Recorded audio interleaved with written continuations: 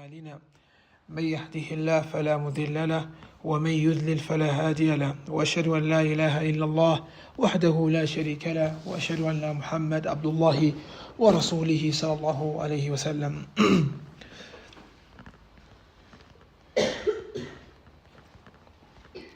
We praise Allah, we thank Him, we seek His assistance, we seek guidance in Allah subhanahu wa ta'ala.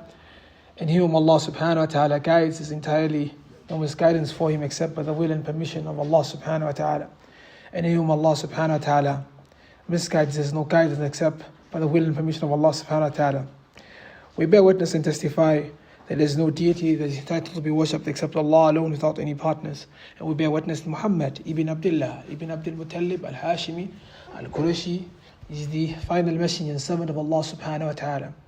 Allah told us in the Quran, O you who believe, fear Allah subhanahu wa ta'ala as is ought to be feared, and do not die except that you within the state of al-Iman and al-Islam. Bi-idhnillahi ta'ala, by the permission of Allah subhanahu wa ta'ala, Allah favors seasons, He favors times, He favors months, He favors days, and He favors people. ذَلِكَ فَضْلُ اللَّهِ, and that is from the virtues and favors of Allah subhanahu wa ta'ala, as He is the creator, He is the nourisher. يَخْلُقُ مَا يَشَاءُ وَيَخْتَارُ. Allah says in the Quran, Allah creates and He chooses. And as a Muslim, as from the greatest bounties that a Muslim can have, walillah alhamd, is the bounty of Tawheed. And from the favor upon the Muslim is acknowledging how to go about the worship, how to go about the ibadah. Alhamdulillah, Allah favors a Muslim. Allah gives the Muslim a time where they take upon reflection, which is the Muslim of Hajj, the time of Hajj. Walillah alhamd. So inshallah ta'ala, in the next few days, inshallah ta'ala, we intend to go through the ahkam, the rulings in relation to the Hajj, the pilgrimage.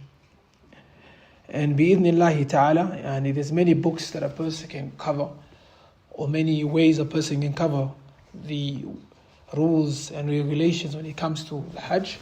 And inshallah ta'ala, we've chosen, bi-idhnillahi ta'ala, to go through the book Umdatul Ahkam. Umdatul Ahkam. This book is by Al-Hafiz Taqiyuddin Abdul Ghani Al-Maqdisi. Inshallah we'll mention his name again just now, bi-idhnillah. Umdatul Ahkam. And this book is a book of narrations where he's put together just over 400 narrations together. Inshallah, he's chaptered them. And this book is, I would say, a book, walillah alhamd, that scholars have agreed and said it has majority of the narrations in this book are known to be authentic, are known to be sahih. Are known to be sahih. And as we know that there are many books of hadith. There are many books of hadith in terms of rules and things like that. For example, the 6 famous books, Sahih al-Bukhari, Sahih Muslim, Sunan Imam al-Tirmidhi, Sunan Imam al-Najih, Sahih Ibn Majah, Sahih Sunan. All of these books, and these books, all of them, they speak of different things. For example, you look at the book of Bukhari, Imam al-Bukhari, it is from al-Jami, meaning that it comprises of a lot of things. And then the scholars came of hadith and they wrote books, for example, in books that are related to heart affairs, issues of the heart alone.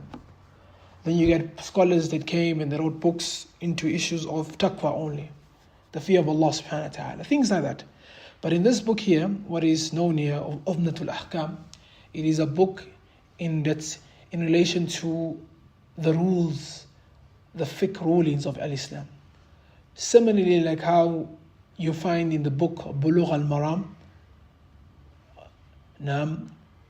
of Al-Hafidh ibn Hajar al-Asqalani, similarly also you find in this book Umdatul Ahkam, so it's the same way, same scale that he puts it. But obviously, if I had to choose to go over a book when it comes to Hajj, I would go over Bulugh al-Maram. But obviously, due time, it's a bigger book. Bulugh al-Maram, the hadith of Hajj are taqriban over 75, which is very difficult to finish in a short space of time. So inshallah ta'ala we'll go through Umdatul Ahkam. will probably juggle between the two books, between Umdatul Ahkam and Bulugh al-Maram. Bulugh al-Maram is the book that we done last year, and we also did it this year, but unfortunately we didn't finish it, the book of fasting, but we did it last year with fasting. And it's a very good book. I think it's a book that's appreciated, but the problem is it's a book that has hadith on it, and it always needs a person reading on it. You can find the rulings there, but you might not know how to deduct a ruling from the narration. And that's why, inshallah ta'ala, we'll try to go through some of the commentary of Shaykh Salih al-Uthaymeen, inshallah. That way, because it's very easy, inshallah ta'ala, when you read a book and you have an explanation with you. It's very difficult when you read a book on your own and you do not know how to apply the rules, especially these are affairs. I remember in Ramadan, before Ramadan, we mentioned a statement of Umar bin Abdul Aziz. We said that an action that is done with no knowledge brings more corruption or brings disruption to the action than the good. Umar bin Aziz, he said that if a person does an action without knowledge of what he's doing, he brings more harm than the good to the action. So this similarly, he's bringing an understanding to us too, that when we do actions of ibadah, we must understand what we're doing. We must know what we're doing. If a person wants to pray the salah, let them have knowledge and ilm of the salah. If a person wants to do the fasting, let him have knowledge of the fasting. As if you go to this many places of knowledge, circles of knowledge, it's this time you find they opening these books, the books of Hajj, because it's the time for Hajj. Before Ramadan, we open the books of Siyam, because it's the time for fasting. And this is hakada, because the Messenger sallallahu alaihi wasallam said, he said, "Khudhu anni manasikakum." He said, take your rituals of Hajj. Now I mean that you have to understand how to go about the pilgrimage before. And that's how the Messenger sallallahu alaihi wasallam did. So if you go to the Haram of Medina, the Haram of Mecca, or many places, Africa, Asia, wherever, alhamdulillah, the Sunnah is being established and being spread, you'll find this is the time people open the books, the chapters of Hajj, and inshallah they spread it. So as we said, Umdatul Ahkam is a book filled with different chapters, but our focus, inshallah ta'ala, will be the chapter of Hajj. The chapter of Hajj, bi'idhnillah ta'ala. Bi'idhnillah, I think we can over 6-7 lessons, inshallah, we can cover something that's beneficial, bi'idhnillah ta'ala. Bi'idhnillah ta'ala. So inshallah ta'ala, as we said, this to know the name of the author is very important. Sometimes people, they do books and they don't know that they did that book. They don't know who the authors are. It's good to know the scholars of the past and the scholars of our time now. So I'm not going to mention his name. I'm going to mention where he was born, biography. I'm not going to go into that, inshallah. His name is Al-Hafidh. I've mentioned this several times, inshallah, but I'll repeat it again, bi'idhnillah. Al-Hafidh is not in our days time. When people look at Al-Hafidh, you look at a young boy, whoever has memorized the Quran, you call him Al-Hafidh al-Quran wa hakadha. But back in the day, Al-Hafidh is known to be a person who is not only a person who just memorized the Quran, but rather is a person of ilm, a person of knowledge. Al-Hafidh, if you see anywhere they say Al-Hafidh kada, you must know he's a person of knowledge of the Quran, he has knowledge of the Sunnah, and that he's his level. So they praise him as Al-Hafidh. Al-Hafidh, for example, you find Al-Hafidh al-Hakami, Ibn Hajar al-Asqalani as well. Also, Imam al-Nawawi, Arba'un al-Nawawi, the 40 hadith of Imam al-Nawawi also is called Al-Hafidh. So this is described to a person of knowledge, his level towards the Quran and the Sunnah, and also his implementation towards it as well. So he was named Al-Hafidh Taqiyuddin. Taqiyuddin was one of his names, Taqiyuddin. He's from his kunya, is also from Abu Muhammad. But he's known, if a name that you come across mostly of the scholar is Abdul Ghani al-Maqdisi. This is the name that comes after Abu Muhammad, Abdul Ghani al-Maqdisi. So if your person says what book you're doing, you know Umdatul Ahkam by the great scholar Abdul Ghani al-Maqdisi.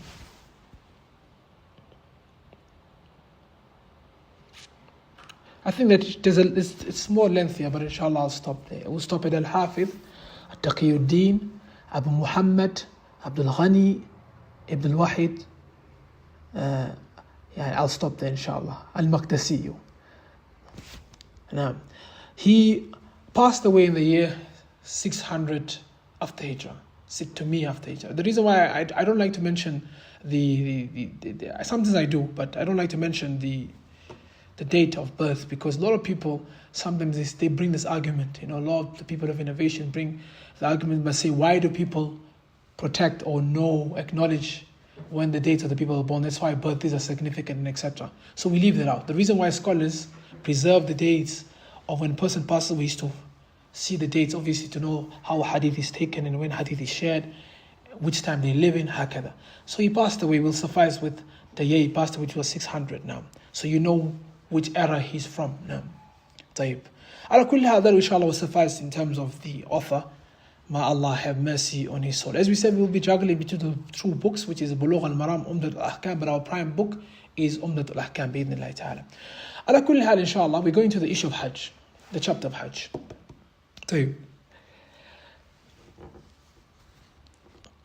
So the first thing is that what is the meaning of Hajj? ما معنى الحج? If you go throughout all syllabuses and studies of Islam, if you're doing anything, you have to know them. Everyone's there. If the book starts by that, it starts by what's the meaning of Hajj? What's the meaning of the particular topic that you are taking at hand? So here we have al-Hajj lughatan. So there's always going to be definitions of two ways. The first definition is the linguistic meaning of it. Why do you have to have a linguistic meaning of something? Because remember, Arabic existed before Islam. Arabic existed, so perhaps the Arabs used that particular terminology for a different thing. So we know what it means in the Arabic language, and then we have to know what it means also within al-Islam, the context of al-Islam, the Sharia, meaning the meaning of it in Sharia. So here we have al-Hajj lughatan. Al-Hajj lughatan huwa al-qasdu. Hajj linguistically it means al-qasd. Al-qasd, which is in the English language, is intent or intend, to intend something. That is al-lughatan. So basically you'll find the Arabs maybe utilize the word al-Hajj and they mean intend, like when they use it in their statements. Now, when it comes to Sharia, there's many ways of putting it, inshallah ta'ala, but I'll just mention a few, which is the most important, what concerns us. The meaning that concerns us is this one. هو القصد المشاعر المقدسة لإقامة المناسك تعبدا لله عز وجل. نعم. So basically, it is to have an intention, to establish certain rituals or specific rituals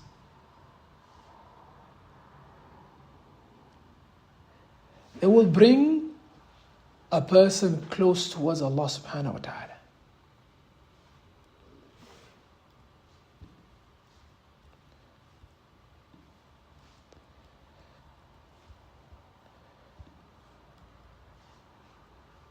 So what is meant here is that it's a specific ibadah, a specific act that will bring a person close towards Allah subhanahu wa ta'ala. So we intend to come with that which is, the intent is lughatan, linguistically, and in Sharia is that a certain ritual that a person does specifically to come close towards Allah subhanahu wa ta'ala. I'll also break it down again. He says, other people they say al-Hajj fi al-lugha al-qasd. Other scholars they said Hajj in the linguistic meaning of Hajj is intent, as we said. And other people they say al-qasd al-makhsus, a specific reason. Now this is not something just to get you a broad understanding of what we're saying. Now a specific reason, makhsus, ila mawdu' al-makhsus, for a specific intent first. Second part is for a specific reason. وفي وقت المخصوص, and in a specific time. بشرائط المخصوصة, with specific conditions. So you have a specific intention, you have a special intention. Then also you have it's a specific issue that you are going through. You're going to be doing a specific act that you're coming with. موضوع. وفي وقت المخصوص, and in a specific time. It's very important. Why does it mean play an important role because Hajj cannot be done any time of the year. It's done in a specific time. We cannot do Hajj now. That's why this definition is important to us. في وقت مخصوص, in a specific time, with بشرائط المخصوصة, يعني with specific conditions. Why specific conditions?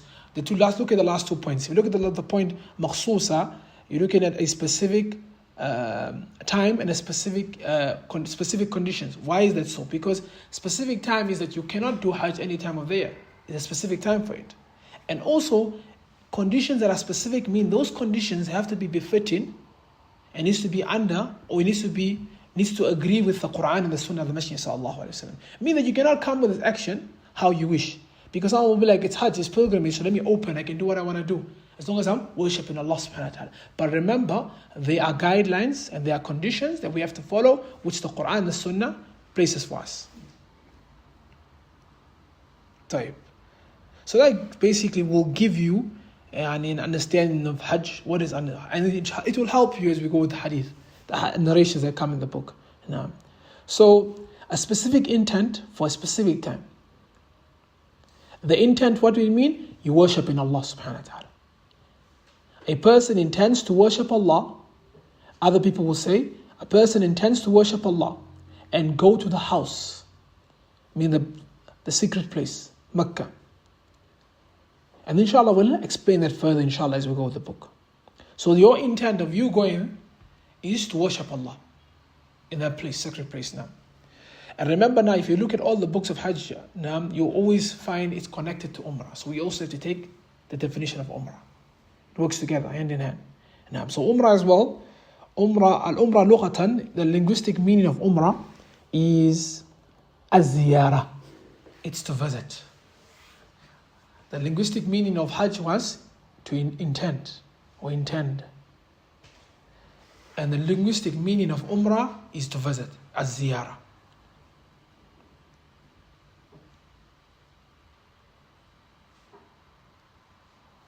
And the meaning within Islam of Umrah is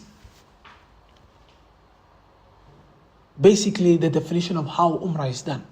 Meaning that إسيا شرعا فالمقصود بها أداء النسك والإبادة يستحل بالإحرام وتلبية ثم قصد الكعبة والطواف حولها والسعي بين الصفا والمروة والحلق والتقصير.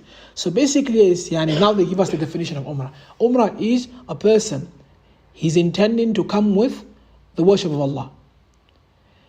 He places the ihram, he dresses into ihram.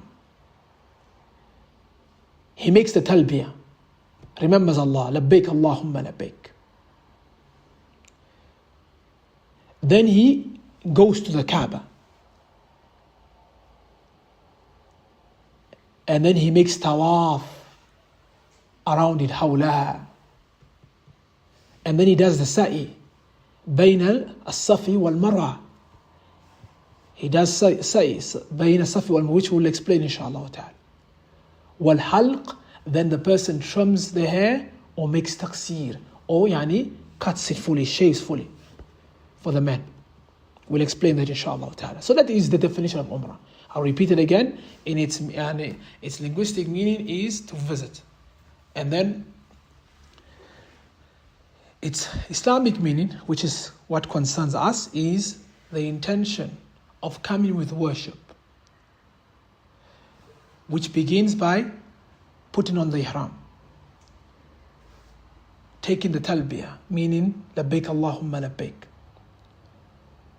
going to the Kaaba place, doing the tawaf, circulating around the Makkah, around the Kaaba, then doing sa'i bayna safi wal mara, doing the sa'i, taking the walk between safa and mara, and then ending by either trimming or shaving off one's hair.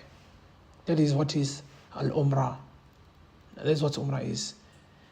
As we know, Allah subhanahu wa ta'ala told us in the Quran, إِنَّ الصَّفَا وَالْمَرْوَةَ مِنْ شَعَائِرِ اللَّهِ فَمَنْ حَجَّ الْبَيْتِ أَوْ اعْتَمَرَ فَلَا جُنَاحَ عَلَيْهِ أَن يَطَوَّفَ بِهِمَا وَمَنْ تَطَوَّعَ خَيْرًا فَإِنَّ اللَّهَ شَاكِرٌ عَلِيمٌ. Allah said, verily, as-safa and al-marwa are of the symbols of Allah.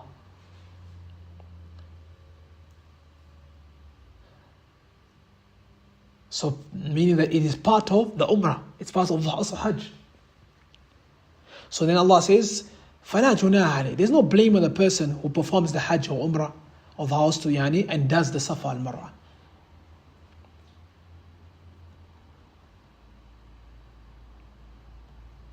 So also this is an issue that when people go to the Haram and they do the Umrah and they come with these rituals that are established from the Sunnah, which we'll explain inshaAllah ta'ala. Tahalluli means they make tahleel.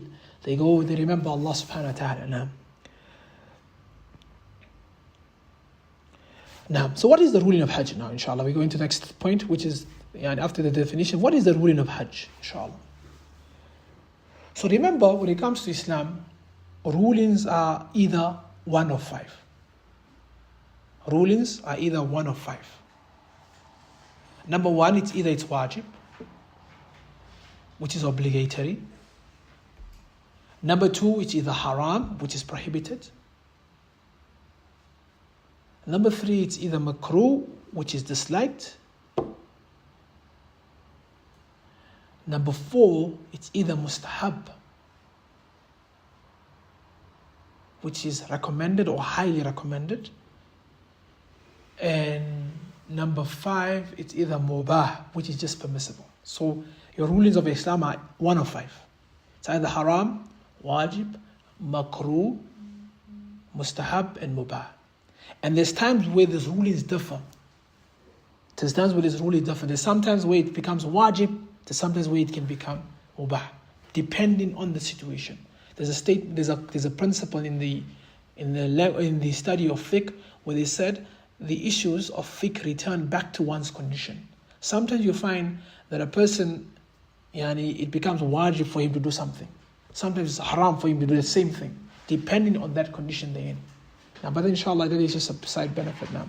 So when it comes to the ruling of Hajj, what is the rule? Ma hukm al-Hajj? What is the rule of Hajj? The rule of Hajj is wajib. It is wajib.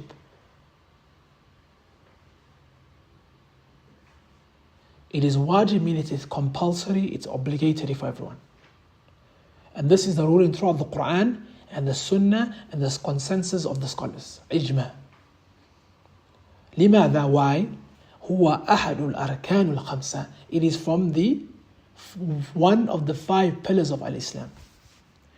The reason why this needs to be emphasized is that many people, like today when I was telling the kids that Hajj is fard, they were like, but what do you mean it's fard? It means it's fard like salah. They don't know that because they think only certain people need to do Hajj. But Hajj is wajib upon everyone. Wajib upon, obviously there's conditions that are met now. That's why we said here, when we mention wajib, haram, makruh, hakadha, there's times where Hajj, okay, I'm not going to say it because it's going to people are going to, I will say it later on because people will misunderstand what I'm saying. Ala kulli hal, people don't know it's wajib. Some people know it's wajib, but they don't know the importance of it. They don't see the importance of it. They feel like it's wajib, but they always hide under that ability. They hide under the ability. So a lot of people don't really, but it's wajib. I mean, Allah subhanahu wa ta'ala will ask us why didn't we perform the Hajj? Now, because why? It's from the pillars of Islam. Now, as Allah told us in the Quran, وَلِلَّهِ عَلَى النَّاسِ حِجُّ الْبَيْتِ مَنِ اسْتَطَاعَ إِلَيْهِ سَبِيلًا وَمَنْ كَفَرَ فَإِنَّ اللَّهَ غَنِيٌّ عَنِ الْعَالَمِينَ. Allah said, it is clear, Allah, and for Allah we do this. From the people is the pilgrimage to the house of Allah. For whoever is able to find a way, they have to go for this Hajj. But whoever disbelieves, then indeed Allah is free from need of the worlds. So here we understand that this is done for the sake of Allah. We do it to the Kaaba, we go to the Kaaba. And there has to be an ability, a person has to have the ability of doing that Hajj. And whoever disbelieves in this, Allah subhanahu wa ta'ala, meaning that Allah frees, Allah will deal with that person. وَمَنْ كَفَرَ فَإِنَّ اللَّهَ غَنِيٌّ. Allah subhanahu wa ta'ala does not need that person. That person will be dealt with now. So we'll cover what ability means. Very important point, inshallah. Hopefully we can cover it tonight. Now, ability, what does ability mean? Now we'll cover what that means, inshallah. And also from the Sunnah, that is the evidence from the Quran where Allah said, Surah Al-Imran, verse 97, that shows the obligation of Hajj. Surah Al-Imran, verse 97. That's your first evidence from the Quran. Number 2 is the evidence from the Sunnah. The hadith of An Abi Abdurrahman, I think the third hadith of the 40 hadith of Imam Nawawi. An Abi Abdurrahman Abdullah ibn Umar ibn Khattab, the son of Umar ibn Khattab, he said, Bunya al-Islamu ala al-khamsa. Islam is built upon 5 pillars. I'm not going to mention the whole hadith, I'll just go to the Wajh al-Dalala, the place of evidence, which is from the pillars is Hajj al-Bayt, and to perform the Hajj. Remember this fasting, this Hajj, this Salah, all of these things, and to testify the 2 Shahadatain. The hadith that comes Sahih al-Muslim, Sahih al-Bukhari, I think the 3rd hadith of Imam al-Nawawi, the 40th hadith of Imam Nawawi, where he says this is built of, and Islam is built from this, meaning it's wajib. This hadith establishes that it is from the Sunnah that it's wajib to come on Hajj. And this is a consensus, ijma. From the scholars who took, Imam al-Nawawi took out a consensus, meaning that it's agreed throughout scholars of Sunnah that it is wajib upon the people to come with Hajj. When was Hajj made? We go to the next point. When was Hajj made obligatory? Now, when was Hajj made wajib? When it become wajib? And this is a very important point, how it relates to our time, inshallah. You'll see towards the end, and I'll mention the point if I remember. Now, the fuqaha dispute, and the scholars of knowledge, the scholars of Sunnah, they dispute amongst each other when was Hajj actually made fard among the Muslims. Some scholars, they said before the Hijrah, and some scholars held the position that it was after the Hijrah. Ibn Hajar and many scholars said the view that people said before the Hijrah is a very strange view. It's not a view that's known through people of knowledge. So what is known is that Hajj was made an obligation upon the Muslims after the Hijrah to Medina. To be specific, it was made wajib in the 6th year after Hijrah. So the first people of subhanallah, did I say 6th year? Sorry, subhanallah. 6 years first view. They said that when after we said the first 2 disputes, the first dispute was that it was before Hijrah. The second view was after Hijrah. This is the correct view, after Hijrah. Then in that again they disputed again. Which year was it after the Hijrah? So the first group of scholars said it was done in the Sanat al-Sadisa, which is the 6th year. And the second group they said it was made an obligation in the 9th year, which is the most correct opinion, the 9th year. Now, the reason why the scholars said it was made in the 6th year as obligation is because of the ayah when Allah said in the Quran, وَأَتِمُّ الْحَجَّ وَالْأُمْرَةَ لِلَّهِ. When Allah brought the verse down and complete, and this is a very important point now, He says, and complete the Hajj and Umrah for the sake of Allah subhanahu wa ta'ala. So people said that verse was revealed in the 6th year. That's why they said it was made an obligation in the 6th year. But then Ibn Qayyim al-Jawzi, Shaykh al-Islam Ibn Taymiyyah, in his book Zad al-Ma'ad, he came and disputed this, and he said that verse came down informing us the ritual of Hajj. Meaning that when you do the Hajj, you continue doing the Hajj. When you intend to do the Hajj, you continue to do that. I'll explain that now. So it's not basically indicating an obligation. It's indicating that if you intend to do the Hajj, you must complete the Hajj. Meaning that you start the journey on Hajj, you have to go to complete the Hajj. That's what it means. That's what Ibn Qayyim al-Jawzi said. So, this is the point I was saying. Hajj is the only worship that if you start it, you have to finish it. Why we say only worship? Because if a person is fasting, for example, we're fasting 6 days, Monday, Thursday, 3 white days, and you decide that you're hungry at the whole time, you can break your fast. There's no issue on you. There's no blame on it. But Hajj, if you start it, you have to finish it. There's no turning back. So it's not a worship where you can say you wake up and you intend to do it, and then you stop halfway. You cannot do that. There's a big ithm, it's a big sin in a person who does that. So if a person embarks on it, Even if it's just voluntary, even if it's your third time, fourth time, 10th time, you have to complete the Hajj. So it's the only worship that you can do that. Even Salah sometimes can be broken. I mean, a person praying Salah, he can, Fard Salah, a person can break the Salah. For certain reasons, a person can break the Salah. But Hajj, it's not known. No. So Ibn Qayyim al-Jawzi disputed the people and said, that issue of the people who said the verse, when Allah said complete the Hajj, was revealed in the 6th year of Hijrah, was indicating to this mean that when you start the Hajj and the Umrah, you have to finish it. That's why people, based on our little experience when we go for Hajj or we mean for Umrah or Hajj, is that we try to do Umrah in a certain time when we know we cannot stop. We have to complete. Because if you stop it, you're going against a regulation that Allah subhanahu wa ta'ala has put forth. So even Umrah falls into that category as well. It's from the as Allah said, وَأَتِمُّ الْحَجِّ وَالْأُمْرَةِ, and complete the Hajj and the Umrah to please Allah. So even if it's something you're doing it for someone, so-called badal or hakada, doing it for someone who has passed away, it's your 10th time. And that's another thing as well, because you see the more times you do the Hajj, sometimes the significance goes away, which is not a problem. The people who do it all the time, Allahumma barik. But sometimes you lose the significance of it, because you start saying, I don't need to do that. I don't need to waste, I don't have to go an extra mile. I've done it last year, I've done it the previous year.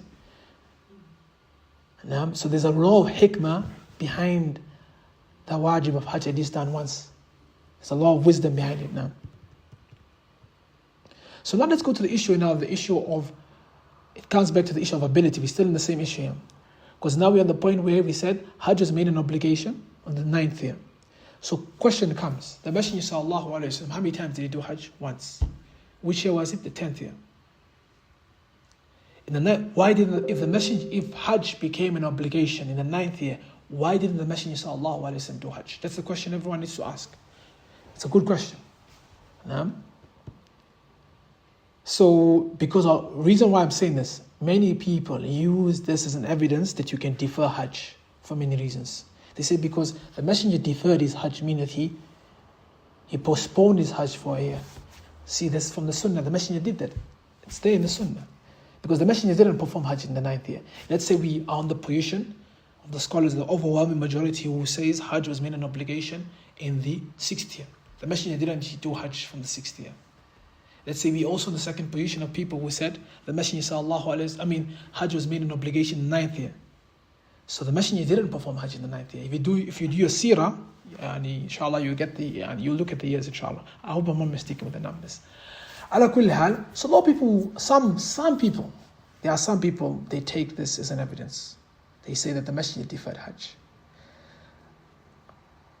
The reason why the Messenger sallallahu alayhi wa sallam didn't perform Hajj in the 9th year of Hijrah, when Hajj was made an obligation from Allah subhanahu wa ta'ala, is because, number one, if you go back to the seerah of the Messenger sallallahu alayhi wa sallam, you'll find that it was a year called Amul Ufud. Amul Ufud was a year of the delegations. I mean, delegations were sent to the Messenger. The kings, a lot of kings were sending the people to the Messenger sallallahu alayhi wa sallam in the 9th year of Hijrah. So the Messenger was constantly busy with the people. People would come. Kings from different parts of the world were sending delegations to the Messenger. It's called as the year of delegation. If you look at Sirah, you'll find it as the year of delegation. Now, and also from the other reasons which scholars also pushed, which was very strong as well, was because in that year, the kuffar were also doing their pilgrimage. And they doing their pilgrimage was, they would go to the Kaaba and they would make tawaf of the Kaaba whilst they are naked and things like that.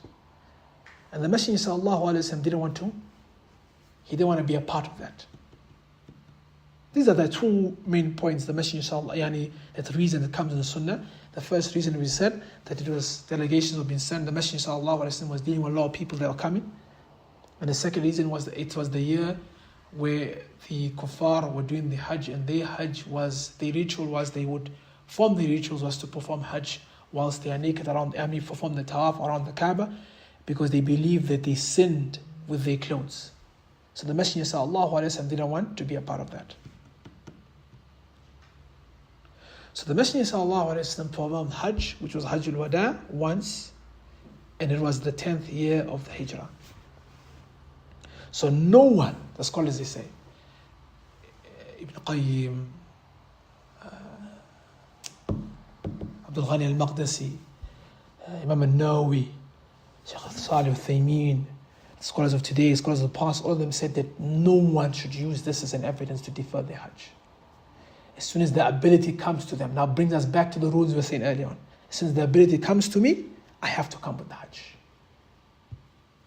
Now,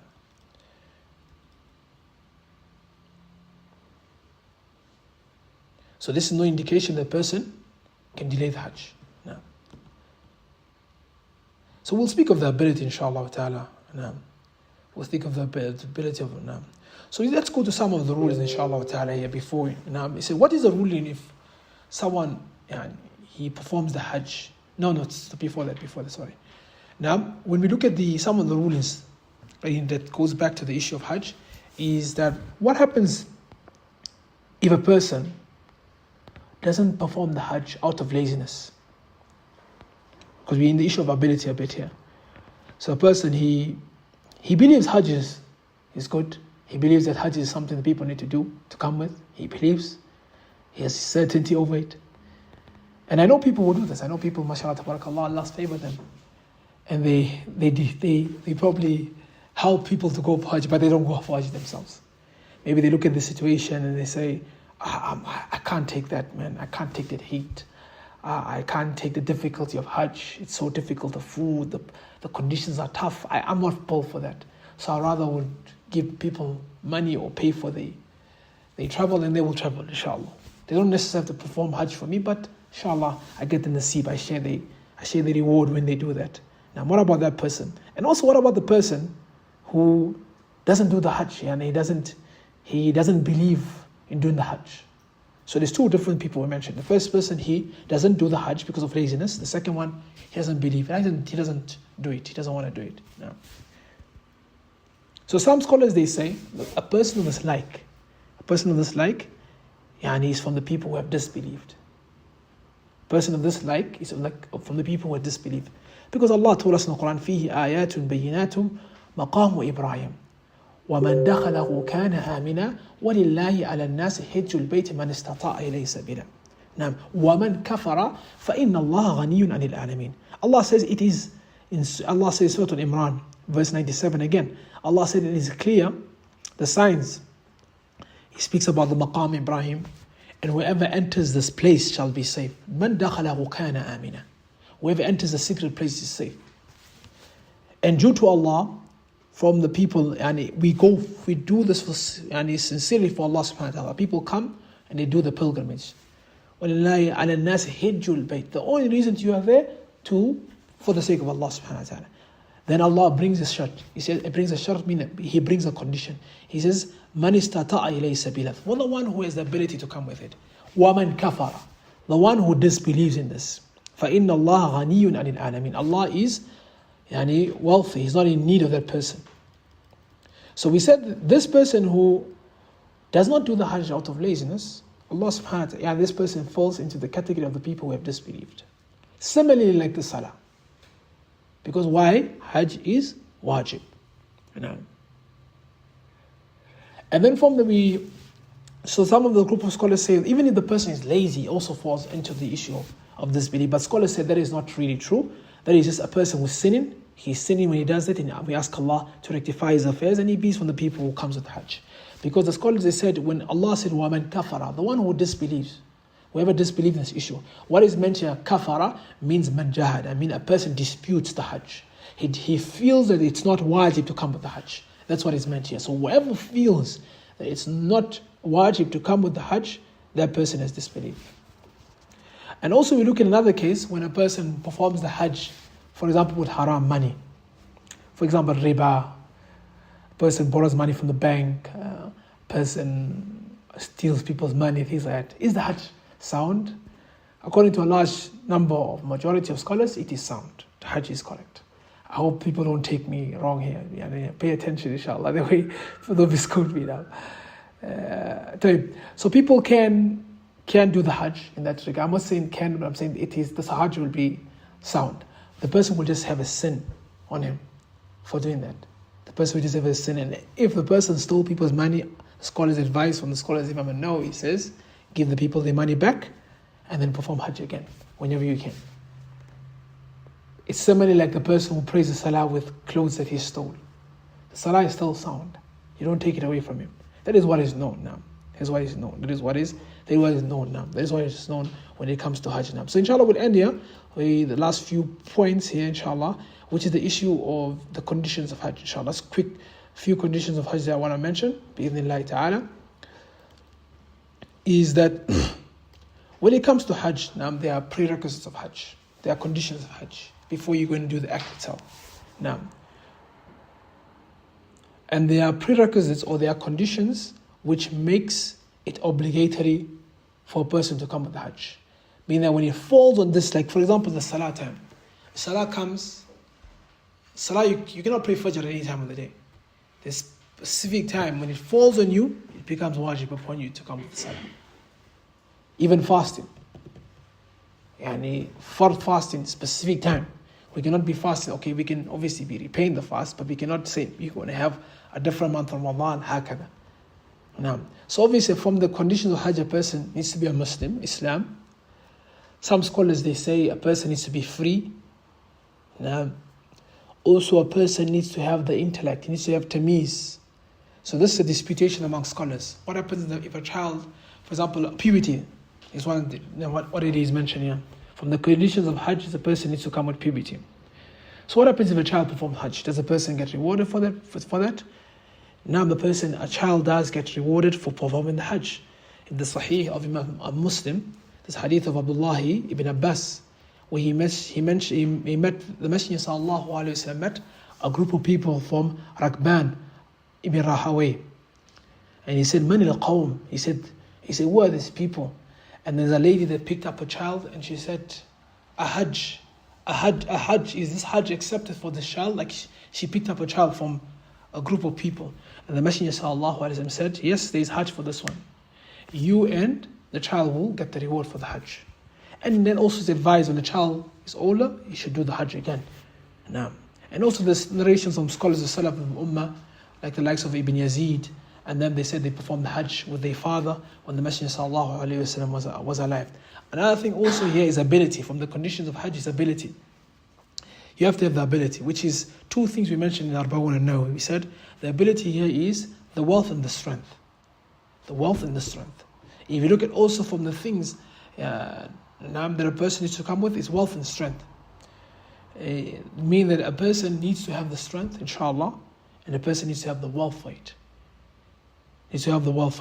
Now, the reason why I mentioned the 5 rules in the very beginning, this is where it plays a part now, is that if a person finds himself in difficulty, a person, for example, a man who has a family, he's looking after his wife and his children, and he has the finance that can take him for the Hajj.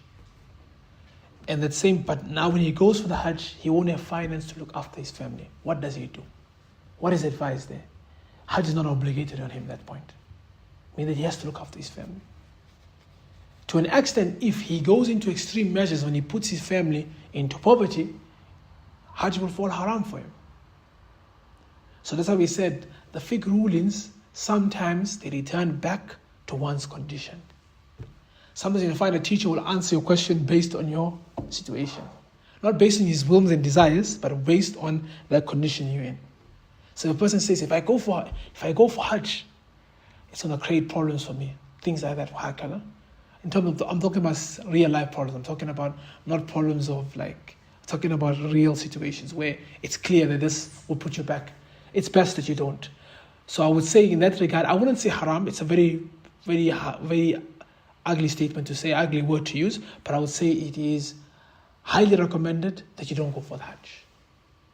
And Hajj will just be recommended for you, to be mubaha for you. I don't want to use the word haram because people will say I said haram. Going for Hajj is haram. Now, so that's what is meant here. So here, what is meant here, even if you look at the hadith of, not Anas bin Malik, from the companions of the Messenger sallallahu alaihi wasallam, he had a lot of wealth. And then he came to the Messenger sallallahu alayhi wasallam and he said, Ya Rasulullah, do I give out charity with what I have? Because I don't have children. And the Messenger sallallahu alayhi wasallam, he had one child, he had one daughter. And the Messenger sallallahu alayhi wasallam said, give a thuluth. Remember we spoke of the hadith of inheritance. We said, give a third to the people and leave the rest to your family. Because it is best that you leave them whilst they are in a way, whilst they are not begging in poverty now. That's what the Messenger sallallahu alaihi wasallam said. So the issue here is that, now going back to the issue of also of ability, we're still in the issue of ability now. The issue of ability here is that deferring Hajj should be for reasons with under very serious reasons. But as soon as Hajj falls for you, you have to come to Hajj. According to what I look throughout many scholars' views, and this is what they have viewed it. If Hajj falls on you, and inshallah you have the ability, alayka an ta'ti biha. Upon you to come with it. Take inshallah tomorrow bi'idhnillahi ta'ala we'll start the book. We'll go to the ahkam. So this, what we've taken in introduction here, will probably give you an understanding as we go to the rulings from the narration, inshallah ta'ala. I'll stop here today, bi'idhnillah. Subhanak Allahumma wa bihamdik, ashhadu an la ilaha illa anta, astaghfiruka wa atubu ilayk. Jazakumullahu khairan, wassalamu alaikum wa rahmatullahi wa barakatuh.